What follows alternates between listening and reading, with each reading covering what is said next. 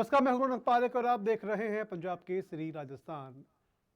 PM से मुलाकात के बाद में प्रदेश के अंदर मुख्यमंत्री है मंत्रिमंडल की मीटिंग रखते हैं और मीटिंग के बाद कई बड़े फैसले हैं वो होते हैं। हालांकि ये चर्चा होती है कि बीजेपी के अंदर लगातार जो मंत्रिमंडल विस्तार की चर्चा हो रही थी उसको पीएम से मुलाकात के बाद में लगभग हल्का बल मिल गया था। क्या पीएम से मिलने के बाद में भजनलाल शर्मा प्रदेश में कुछ बड़ा करने वाले हैं? क्योंकि पीएम से मिलने के बाद लगातार प्रदेश में चर्चा थी कि मंत्रिमंडल का विस्तार है वो होगा, जो सीटें बाकी रही है वो होगी, राजनीतिक नियुक्तियां हैं वो होंगी। खैर, मीटिंग होती है, मीटिंग में कई बड़े फैसले हैं वो लिए जाते हैं। आखिर पीएम से मुलाकात से लेकर के मीटिंग होना, मीटिंग के बाद बड़े फैसले होने तक प्रदेश की सियासत कैसी रही, ये आप सभी को पता है। लगातार बयानबाजी का दौर चलता रहा, उसके बाद में अब लगातार सवाल उठ रहे हैं कि आखिर राजनीतिक नियुक्तियां हैं वो कब होगी, जो मीटिंग में निर्णय लिए गए हैं और निर्णयों पर विपक्ष किस तरीके से रिएक्ट करेगा। तमाम सवाल हैं, उस पर हम चर्चा करेंगे। हमारे साथ मौजूद है बीजेपी की ओर से मनीषा सिंह है। मनीषा जी, बहुत बहुत स्वागत है आपका। और कांग्रेस की ओर से हमारे साथ योगेश सिंघल जी। योगेश जी, आपका भी बहुत बहुत स्वागत है। शुरुआत जी धन्यवाद। योगेश जी आपसे करेंगे फिलहाल एक बार, क्योंकि जिस तरह से प्रदेश के मुख्यमंत्री की पीएम से मुलाकात होती है और फिर प्रदेश के अंदर मीटिंग होती है, विपक्ष इसे किस नजर से दिख रहा है? देखिए रौनक जी, सबसे पहले तो मैं मंत्रिमंडल के में जो फेरबदल की चर्चा चल रही है इसके बारे में अपनी राय देना चाहूंगा। आप देखिए, मेरा ये मानना है, जब से राजस्थान में भारतीय जनता पार्टी की सरकार बनी है उसके नेक्स्ट डे से ही अक्सर ये सुनने को मिलता आया है कि मंत्रिमंडल में शीघ्र फेरबदल करेंगे, शीघ्र विस्तार करेंगे। और इस तरीके का ये जो सुनने में आया, तो मैं कहता हूं कि आखिर ये कब तक, क्यों भारतीय जनता पार्टी के कार्यकर्ताओं को गुमराह रहा है, एमएलए को गुमराह किया जा रहा है। बार बार मंत्रिमंडल फेरबदल की ये चर्चाएं आती हैं और हमारे माननीय मुख्यमंत्री जी बार बार दिल्ली के चक्कर लगाते हैं। आखिर ये पर्ची उन्हें कब मिलेगी कि राजस्थान सरकार ने मंत्रिमंडल में फेरबदल किया। दूसरी बात, फेरबदल की आवश्यकता ही क्यों पड़ रही है? विस्तार आप कर सकते हैं, लेकिन फेरबदल का मतलब इतनी से जाहिर होता है कि कहीं ना कहीं मंत्रियों की नाकामियां, मंत्रियों की विफलताएं सामने आ रही हैं। आप देखिए, स्वाभाविक भी है ये। आप चिकित्सा मंत्री को देख लीजिए, हॉस्पिटलों में आग लग गई लेकिन उनकी कोई बयान उस पर नहीं आए, कहीं कोई व्यवस्थाएं नहीं थी, स्थायी व्यवस्थाएं। परिवहन मंत्री जी को आप देख लीजिए, रोडों की राजस्थान में क्या स्थिति हो रही है, बद से बदतर स्थिति हो रही है, लेकिन कहीं कोई उसके लिए उपाय नहीं। शिक्षा मंत्री जी को देखिए, उनके जो हाल ही निराले, एक तरफ स्कूल की बिल्डिंगें गिर रही है, एक तरफ ढोल नगाओं से स्वागत करवा रहे हैं। मतलब इस तरीके, कृषि मंत्री जी को देखिए, खुद बेचारों को जाना पड़ रहा है फैक्ट्रियों को सीज करने के लिए, नकली यूरिया खाद बीज के लिए। आप तो ये देखिए, किसानों की स्थिति आज भी ये है तो उनको टोकन, यूरिया के लिए टोकन लेने के लिए रात रात भर लाइन में लगा रहना पड़ता है, बावजूद इसके और उनको खाद यूरिया की आपूर्ति नहीं मिला, बिजली नहीं मिल पा रही सिंचाई के लिए। तो चलिए हालत देखिए, इतने बदतर हो गए हैं राजस्थान के। शुरुआती चर्चा हम कर लेते हैं। थोड़ी सी मनीषा जी मौजूद हैं, उनसे भी शुरुआती टेक लेते हैं, फिर थोड़ा हम आगे बढ़ते रहेंगे।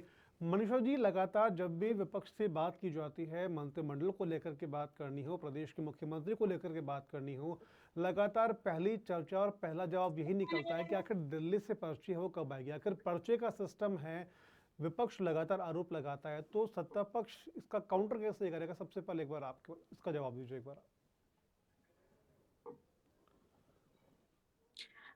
देखिए रौनक जी, माननीय भजनलाल जी जब भी दिल्ली जाते हैं, ये एक मार्गदर्शन के लिए जाते हैं। आप ये जो विपक्ष है वो पर्ची सता करता है, आप देखिए मार्गदर्शन के लिए जाते हैं। और देखिए किस तरह की आज जो कैबिनेट के मीटिंग के फैसले आए हैं वो आके करते हैं, तो वहां पे साफ साफ उन्हें माननीय मोदी जी का मार्गदर्शन मिलता है। साथ आवाज साथ साफ अगर नहीं हम आ बात रही है करते हैं दिल्ली जाने की, एक मैं देखो आपके बीच में मैं नहीं बोली थी योगेश जी, मुझे मेरी बात पूरी करने दीजिए। आपकी।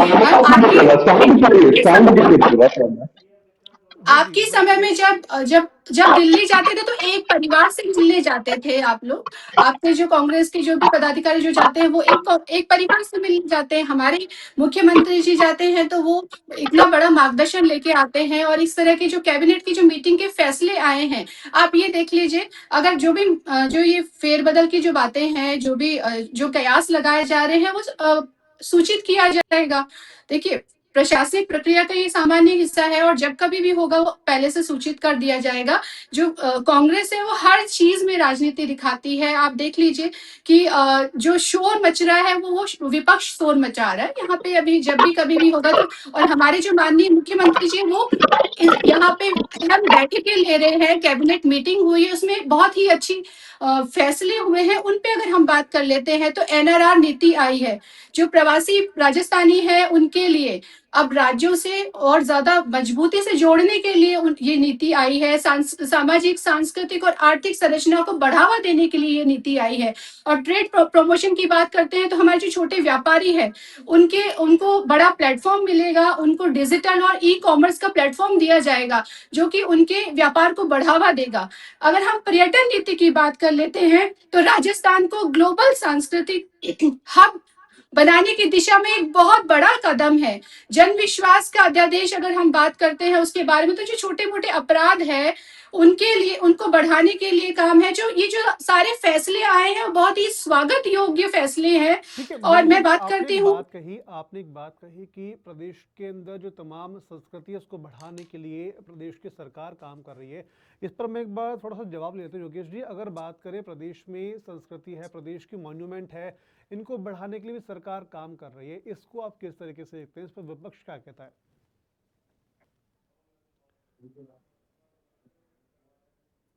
थोड़ा सा मैं सुन नहीं पाया आपके ढंग से। पर्यटन के बारे में कुछ जरूर सुना है मैंने। जी जी, मैं ये तो सवाल मैं तो ये कहना चाहूंगा कि सवाल मंत्री, मैं आपको वापस रिपीट कर देता हूँ। मेरा सवाल है कि प्रदेश की सरकार सर आवाज लगातार आवाज आपकी, मेरी आवाज क्लियर आ रही है क्या सर आपको? बिल्कुल आपकी आवाज क्लियर आ रही है। तो मुझे आपकी क्लियर नहीं आ रही सर, पता नहीं क्या जी जी, हुआ। अब आपकी आवाज, अब आपके हाँ पास अब क्लियर आ ठीक रही है, है आवाज? बोलें सर। हाँ अब जी, आपकी आवाज हाँ आ रही है सर, आ रही है। ठीक है। मैं ये जानना चाह आ रहा रही हूँ है, कि बिल्कुल आ मैं रही ये है। जानना चाह रहा हूँ कि सत्ता पक्ष ये कहना चाह रहा है कि प्रदेश में संस्कृति को बढ़ावा देने के लिए, टूरिस्ट को प्रदेश में बुलाने के लिए, एनआरआई को प्रदेश में लाने के लिए, बिजनेस लाने के लिए लगातार सरकार काम कर रही है। विपक्ष इस पर क्या कहता है, ये मैं जानना चाह रहा हूँ एक बार। सर कैसे माने कि सरकार इस पर काम कर रही है?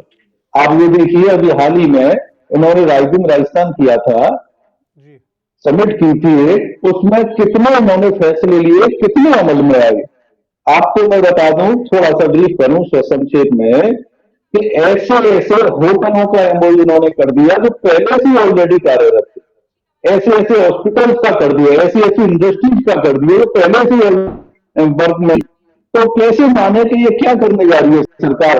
सरकार की स्थिति ये है कि सरकार की सुन कौन रहा है, विधायकों की कौन सुन रहा है, मंत्रियों की कौन सुन रहा है, और मैं तो कहता हूं मुख्यमंत्री साहब की यहाँ कौन सुन रहा है?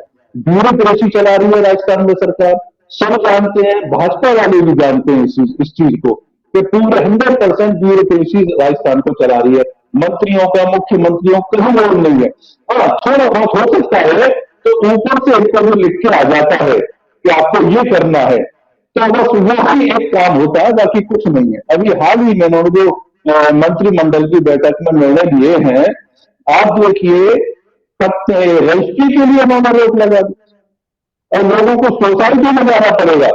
गृह निर्माण सहकारी जो समितियां हैं, वहां किस कदर इन आम जो भूखंडधारी है उनको किस कदर लिखना पड़ेगा। गरीब की क्या स्थिति तो मजा नहीं बना सकता अपना।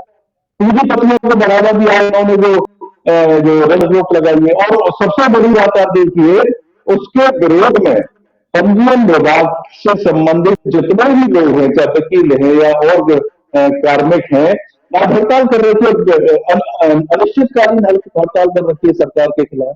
तो आप किस तरीके के निर्णय ले रहे हैं? ये परिपक्व निर्णय क्यों नहीं ले पा रहे? मनीषा जी, मैं आपसे पूछना चाह रहा हूं कि आखिर सरकार राज्य को किस दिशा में ले जाना चाह रही है? आपका कहां कंट्रोल है? देखिए, ब्यूरोक्रेसी पे मैं कंट्रोल आपका जवाब देना है? चाहूंगी योगेश जी, मैं जवाब देना चाहूंगी। राजस्थान तो मेरी बात सुनिए, आप ये चलिए देखिए, एक सेकंड मेरी बात सुनिए। आप ये देखिए किस तबके को उन्होंने लाभान्वित, रोजगार की दिशा में आपने क्या मैंने शिक्षा की वही दिशा में बताया दिया कि योगेश जी। असुरक्षित हो एक गया, बार जवाब ले लेते राजस्थान हैं, की बहन देखिए बेटियां जवाब किसान जवाब ले सुरक्षित लेते हो हैं, गए। देखिए जवाब ले लेते हैं। योगेश जी, अब जवाब देने दीजिए ना, जवाब दे रही हूँ मैं आपकी बात बात को। सुनिए आप बोलते रहेंगे कि आप, जवाब कब मिलेगा आपको। आप ये देखिए सुनिए नहीं, एक एक बार रौनक जवाब जी, चुनावी ले काल जवाब में देने के लिए अभी योगेश जी, एक प्लीज। बार इतना जवाब ले बड़े लेते हैं, मंत्री बराबर आपको मौका मिलता रहेगा। ऐसे एक बार कर, जवाब एक बार जवाब सर एक बार जवाब ले लेते हैं, फिर मैं आपके पास वापस आऊंगा। मैं एक बार थोड़ा जवाब ले लेते हैं। मनुष्य जी, हाँ बताएं। आप लगातार कह रहे हैं कि सरकार के नियम बने, हाल ही में रजिस्ट्री के नियमों में बदलाव हुआ है, उसको लेकर के वकील विरोध कर रहे हैं। देखिए देखिए रौनक जी, मैं योगेश जी का सबसे पहले जवाब देना चाहूंगी कि उन्होंने जी जो पूछा है। सबसे पहले तो मैं आपको ये बताना चाहूंगी कि आपके समय में तो ना तो नीतियां बनती थी, ना कहीं पे भी आपको आपके समय में आपकी ना तो नीयत दिखी, ना काम करने की, और ना ही नीतियां बनाई गई। यहाँ पे जब हमारे 2 साल पहले जब भारतीय जनता पार्टी की सरकार आई, माननीय मुख्यमंत्री जी ने पहले दिन से ऐतिहासिक फैसले लेने शुरू किए, कार्यों की शुरुआत की। और आप ये देखिए, ये जो नीतियां बनाई गई है ये जनता के लिए बनाई गई है। इसमें अगर हम बात करते हैं तो निवेश जो है, जो बड़े बड़े फैसले आपको सिर्फ और सिर्फ गलत दिखाई देता है, नेगेटिविटी फैलाने का आप काम करते हैं, भ्रमित करने का आप काम करते हैं। यहाँ पे अगर आप देखें इन नीतियों को उठा के, तो यहाँ पे निवेश, रोजगार और जन विश्वास को बढ़ाने वाला ये है। इसमें ये जो कार्यों को बढ़ावा दिया गया है, और साथ साथ अगर हम बात करते हैं तो इसमें निवेश आसान होगा। आप बात करते हैं जन विश्वास की, वो बढ़ेगा। आकर ये जो है पर्यटन है वो आकर्षक होगा इससे। आपने देखा है विश्व भर में पर्यटन है, उसको अगर बहुत बड़ा अगर राजस्थान को मंच मिलता है तो ये बहुत ही ज्यादा स्वागत योग्य है। प्रशासन जवाबदेही होगा। अगर हम बात करते हैं अलग अलग जन नीति अध्यादेश की बात करते हैं, तो यहाँ पे जो आम जन है उनको भी हमने यहाँ पे राहत देने का कार्य किया है। तो ये बहुत ही स्वागत योग्य फैसले, नीतियां ठीक है करवाई मनीष गई है। जी, मेरा आप आपसे लोग सिर्फ सवाल और था, सिर्फ इसको भ्रमित कर रहे हैं। आप भ्रमित करने के साथ साथ में आप लोगों ने तो कुछ नहीं, अपनी सरकार में कुछ काम किया नहीं। ठीक है और उसके मंत्री जी, बाद में मेरा अब आप सवाल ये जब है कि काम कर आपकी रही है जो सरकार, मंत्रिमंडल तो की उसके बाद मीटिंग में के भी आप बाद उन कोई पे निर्णय निकला आप है, उस उनसे जवाब निर्णय दें। के अंदर सरकार खुद जवाब नहीं, उस जो निर्णय हुए हैं, निर्णय कई निर्णय हैं मीटिंग के अंदर लिए गए हैं। उस मीटिंग के अंदर जो निर्णय लिया गया उसमें एक नियम था कि रजिस्ट्री के नियमों के अंदर भी बदलाव है वो किया गया है। उस बदलाव के बाद में तमाम वकील है, अधिवक्ता है, वो विरोध करने लगे हैं। उनका विरोध है, सरकार कैसे शांत करेगी फिर? देखिए बिल्कुल, अगर संशोधन हुए हैं, अभी आप विरोध देखते हैं, अगर उसमें भी कहीं ना कहीं संशोधन तो होते ही रहते हैं नियमों में। और जहाँ पे कार्य होगा वहां संशोधन भी होगा, और परिवर्तन होने जरूरी है, तो यहाँ पे परिवर्तन भी होंगे। आप ये देखिए ना, जन विश्वास अध्यादेश के और भी आप देखिए कि जहाँ पे छोटे मोटे आपराधिक मामले थे उनमें जनता को राह दिया गया। जो दंड थे, जो उन छोटे मोटे मामलों के जो दंड थे उनको खत्म किया गया है। जो आप पेड़ काटने पे है कानून बनाए गए हैं, आप देखिए। लेकिन यहाँ पे अगर थोड़ा सा भी कुछ भी कार्य होता है राजस्थान के लिए, कुछ भी अगर विकास के काम होते हैं, तो विपक्ष सीधा किसी न किसी रूप में इसका विरोध करने में आ जाते हैं। ये कहाँ तक सही बात नहीं है, आप मनीषा जी, बताइए आपने योगेश जी। बात कही कि पेड़ काटने पर जो पहले नियम थे उसमें ये था कि 6 महीने की जेल होती थी। तो अब ये जब आप सोचे कि पेड़ हमारे प्रकृति के लिए काफी महत्वपूर्ण चीज है, अगर पेड़ कटने के बाद में अगर सरकार इस पर कोई कड़ा दंड नहीं लेती है तो उस पर भी सवाल खड़े होंगे, विपक्ष सवाल खड़े करेगा कि क्योंकि दंड देने से देखिए रौनक जी, जी सख्त कानून बनाया गया है। ये कानून सख्त हुआ है, असंवैधानिक कानून नहीं है। यहाँ पे कानून को नहीं नहीं, मैं सख्त किया गया असंवैधानिक है, की बात नहीं कर रहा, जुर्माना ये बढ़ाया गया है यहाँ पे। नहीं मैम, ये आप खुद सोचिए कि जुर्माना अगर आप बढ़ा भी देंगे, 4,000 5,000 जुर्माना आपका है, 5,000 अगर जुर्माना किसी व्यक्ति पे लगाते हैं वो दे भी देगा। ठीक है, अगर जुर्माने के बाद आप भी जानते हैं लोग कितना डरते कितना है, दंड के अंदर ऐसा होता है कि आम जो पब्लिक है उसको डर रहता है कि अगर मैं कोई पेड़ काटूंगा तो मुझे दंड है, मुझे जेल है वो हो सकती है, तो जेल के डर से भी लोग थोड़ा पीछे रहते हैं। जुर्माना मैं भी जानता हूँ, आप भी जानते हैं, जुर्माना काफ़ी चीज़ें नियम तोड़ते हैं लोग, जुर्माना भरते हैं और वापस फिर वही गलती दोहराते हैं। देखिए जो ग्रामीण थे, जो जी जिस तरह से गलती से गौचर भूमि वन जी। उसमें घुस जाते थे, गलती से होते, तो उनकी अपराधीकरण को कम किया गया है। जो जी। गलती से अगर इस तरह के काम होते थे, तो वहां पे उनको थोड़ा सा इस तरह के जो कानून है वो जनता की सहायता के लिए बनाए गए हैं। और यहाँ पे जो मासूम ग्रामीण है अगर चले गए और उनको, तो उस टाइम इनके समय में क्या होता था कि बहुत बड़ा इसको दंड देने के लिए, लेकिन ये सख्त कानून, मैं मानती हूँ कि ये सख्त कानून है। अगर यहाँ पे अर्थदंड दिया गया है तो ये सख्त होगा उनके लिए, और वो हमेशा ध्यान रखेंगे। और जिस तरह के जो पेड़ काटने को लेकर ये अनुकंपा नीति की अगर हम बात करते हैं, जी। तो जहाँ पे हमारा जो सनातन संस्कृति है उसमें जब मृत्यु के पश्चात अगर बहुत ज्यादा समय कहते हैं 1 साल तक का समय जो है परिजन है वो शोक शोक में गुजार देते हैं। तो यहाँ पे भी ये कानून है 90 दिन से 180 दिन जो की गई है, 6 महीने बढ़ाई गई है। तो मैं तो कहती हूँ विपक्ष को कि आप इनको सराहना कीजिए। ये सारे कानून है जो स्वागत योग्य है। आपको ठीक है, इनको योगेश जी इसका जवाब इनकी ले लेते हैं, सराहना योगेश जी से करनी एक बार चाहिए। जवाब ले लेते हैं। योगेश जी, बात करें कि मनीषा जी लगातार कह रही कि जो तमाम नियम है कल मीटिंग में निर्णय लिया गया है वो प्रदेश के हित में है और प्रदेश के लिए आगे लगातार वो काम करते रहेंगे। देखिए रौनक जी, मनीषा जी ने एक शब्द कहा था कि इन कानूनों से निवेश बढ़ेगा, लोग निवेश की ओर अग्रसर होंगे। तो मैं आपसे प्रश्न करता हूं कि सरासर आज जो हड़ताल चालू हुई है, मैं उसी पॉइंट पे आ रहा हूं जो आपका बड़ा महत्वपूर्ण निर्णय लिया गया है कल की बैठक में, रजिस्ट्रियों पर रोक के लिए। इससे कहां क्या निवेश बढ़ेगा? आपको पता है एक गरीब आदमी कैसे कैसे पैसा इकट्ठा करके मकान बनाने की एक चाहत रखता है, और रजिस्ट्री वहां से बंद हो गई सरकारी। ग्राम में सहकारी समितियां रजिस्ट्री करेंगे, आपको पता है पहले से 200 रुपए से 800 रुपए तक प्रति गज आप उनकी रोज योगी जी, रही क्या थी। आप एक चीज को लेके बैठ गए, बाकी कानूनों को देखिए ना आप क्या एक चीज को एक बात को लेके बैठ जाते हैं? देखिए जो स्वागत योग्य है उसको बोलना चाहिए स्वागत योग्य है। आप अपनी तरफ देखिए, आपकी सरकार में तो काम ही नहीं होते थे, आपकी सरकार में तो काम ही आपकी नहीं हुए, बैठक बाकी आप मीटिंग चला रहे हैं। जब भी आम राजस्थान का आदमी से विकास होता है आप विरोध लड़ाई करते हैं। जब भी राजस्थान का विकास हुआ आप लोगों ने विरोध किया है। अब ये देखिए ना क्यों, देखिए गलत गलत बात आप करेंगे। राजस्थान का योगेश जी विकास वो जब पूरा जब कर होता लेते है, हैं, जब मैं एक जब बार। कांग्रेस विरोध करने का काम करती है, और इतने अच्छे अच्छे जो कानून, इतनी अच्छी अच्छी जो नीतियां आई है उनकी आपको सराहना करनी ठीक है चाहिए। मनीषा जी, स्वागत एक योग्य बार इनको नीतियां पूरा हैं कर सारी लेते हैं, की योगेश सारी। जी को अगर पूरा कर लेते हैं, अपना स्टेटमेंट पूरा कर लेते मतलब हैं। ये आप स्वीकार नहीं है ना कि ये तो गलत हुआ, इट मीन ये हुआ ना। चलो बिल्कुल उसको नहीं। छोड़ देते हैं। तो मैं आपकी बात पे आता हूँ, कोई बात नहीं कि आप कह रही हैं कि इतने अच्छे अच्छे कानून बने, इनकी सराहना करनी चाहिए। बिल्कुल 100% सही कहा आपने, हमें सराहना करनी चाहिए, इवन हम करते भी हैं अगर कोई अच्छा कोई निर्णय होता है सरकार का। लेकिन इन नियमों को बनाने से, जुर्माने लगाने से, कानून बनाने से क्या हासिल कर लोगे आप मैडम मनीषा जी? जब तक ये इम्प्लीमेंटेशन पूरा प्रॉपर नहीं होगा, आपका कंट्रोल नहीं है, कहीं किसी प्रकार पर आपका कंट्रोल नहीं है। आपको पता होना चाहिए फिर से काम के गलत बात चक्कर कह में रहे हैं योगेश जी। देखिए आपको हमारे समय में तो इम्प्लीमेंट कानून भी बन रहे हैं, इम्प्लीमेंट भी हो रही है, और उसकी मॉनिटरिंग भी हो रही है, उनकी मॉनिटरिंग भी की नहीं जा है, रही है। नहीं है। राजस्थान इस आपकी समय सर सबसे बड़े इस मैं बता कार्यकाल में सबसे बड़े दिनों से गुजर रहा है।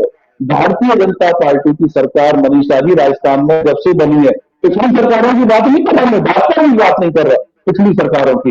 लेकिन इस सरकार में राजस्थान का आम आदमी, तो आपको पता होना चाहिए, असुरक्षित महसूस कर रहा है। इवन आपके विधायक मंत्री भी असुरक्षित महसूस कर रहे हैं। वो कहीं किसी स्टैंड पर टिके नहीं रहे। किस विभाग की आपको बहुत मंत्री से उसके विभाग की बात की जाती है, उसको अपना विभाग नहीं है, पूरा प्रेस की तरफ गड़बड़ देते रहते विधानसभा है, और दूसरे विभागों के बारे में जानकारी देते हैं। देखिए असुरक्षित तो योगेश जी मंत्रिमंडल आपका आपके है। समय में हम महिलाएं करती थी। आज मैं आपकी आप ही की मंत्री बोलती थी कि आपको हम सलाह दूंगा असुरक्षित ममता महसूस जी कर रहे योगेश हैं। जी एक मिनट, आपकी योगेश जी सरकार को में जवाब एक आपकी बार सरकार में जवाब देने पेपर दीजिए, मैं लीक खत्म हुए, करूं। बिजली जल पानी की व्यवस्था नहीं थी जनता के लिए। हमारी सरकार ने आते ही राजस्थान राइजिंग राजस्थान जैसे के माध्यम से एमओयूज किए, उद्योगों में बढ़ोतरी की, निवेश करवाए हैं, रोजगार की बात करते हैं हम। आप अपराधों की बात कर रहे थे, 13% अपराधों में कमी आई है। और आप बात करते हैं युवाओं के रोजगार की, 91,000 रोजगार दे चुके हैं, 1.5 लाख अभी देने हैं। और आप बात करते हैं प्रवासी राजस्थान के लिए, उनको उनको आमंत्रित कर रहे हैं हम, और उनके लिए जो नीति बनाई गई है वो उनकी सरलता के लिए है। अगर वो जितना ज्यादा अपनी धरती से जुड़ेंगे उसके लिए है। आप किसानों के लिए बात कर रहे हैं, किसानों के लिए कितने, आपके समय में क्या हुआ? आप इतने सारे कार्य मैंने अभी गिनाए, आप बताइए सुधार की राह पे जो एक कदम जा रही हैं, आप उसको रोकने का काम कर रहे हैं। आपके समय में तो आप लोग काम भी नहीं करते थे, 3 साल तो आपकी सरकार होटलों में बंद रही, जाते जाते सरकार ने 1 साल के अंदर राइजिंग राजस्थान किया। आप ये बताइए ना, आपके कार्य है कहाँ? यहाँ पे सरकार कार्य कर रही है, परिवर्तन संशोधन कर रही है, जो जनता है उनके विश्वास जगा रही है। आप जनता को पूछ लीजिए, आप अपराधों, आप यहाँ पे थोड़े सुधार में की हम बात कर चलेंगे, रहे थोड़े थे, मेरे पास समय अपराधों सीमा में है, कमी आई थोड़ी है। मेरे पास समय सीमा है। योगेश जी, मनीषा जी, आप दोनों का बहुत बहुत शुक्रिया, तमाम जानकारी अपने शेयर की है। मंत्रिमंडल को लेकर के और मीटिंग्स में जो फैसला लिए गए थे उनको लेकर के तमाम बातचीत है हमने की है। हमारे साथ हमारे सहयोगी पंजाब केसरी के साथ में बीजेपी की प्रवक्ता मनीषा सिंह और कांग्रेस की ओर से योगेश सिंघल थे, दोनों ने अपनी अपनी बात रखी है। उम्मीद करते हैं कि तमाम जानकारी है आप तक पहुंच पाएगी। ऐसी और भी खबरों के लिए आप बने रहिए पंजाब केसरी राजस्थान के साथ।